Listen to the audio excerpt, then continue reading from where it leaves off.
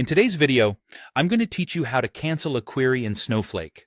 Whether you're managing data or troubleshooting issues, there might be times when you need to stop a query that is running longer than expected or has been initiated by mistake. Fortunately, Snowflake provides a straightforward method to do just that, ensuring you have control over your processing tasks. First, make sure you are logged into your Snowflake account. Once inside, direct your attention to the left panel of your console and locate the History tab.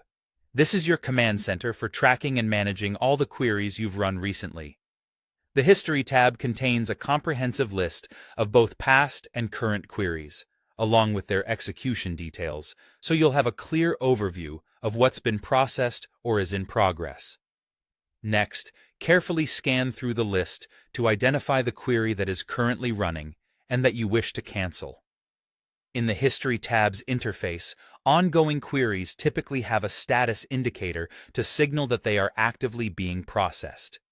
It's essential to select the correct query, as canceling the wrong one might disrupt essential workflows.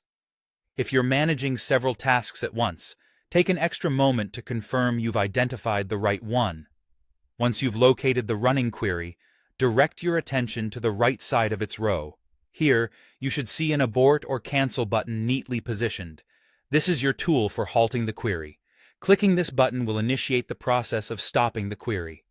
Rest assured, this feature is designed to be immediately effective, but it's worth noting that it could take a short moment depending on the size and complexity of the query being canceled.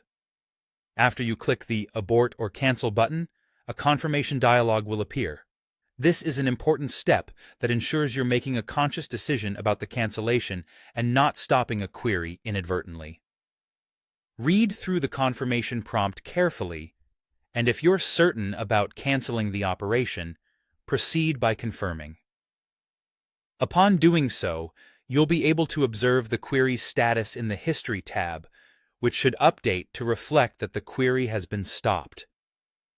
This update serves as your assurance that the query is no longer consuming resources or processing data. And there you have it, a precise and confident approach to managing your queries in Snowflake. By keeping a keen eye on your running tasks and knowing how to swiftly cancel them, you can safeguard your workflow efficiency and maintain optimal resource management. Thank you for joining me today, and I hope this walkthrough helps you better manage your Snowflake operations. Don't forget to like and subscribe for more useful tips and tutorials.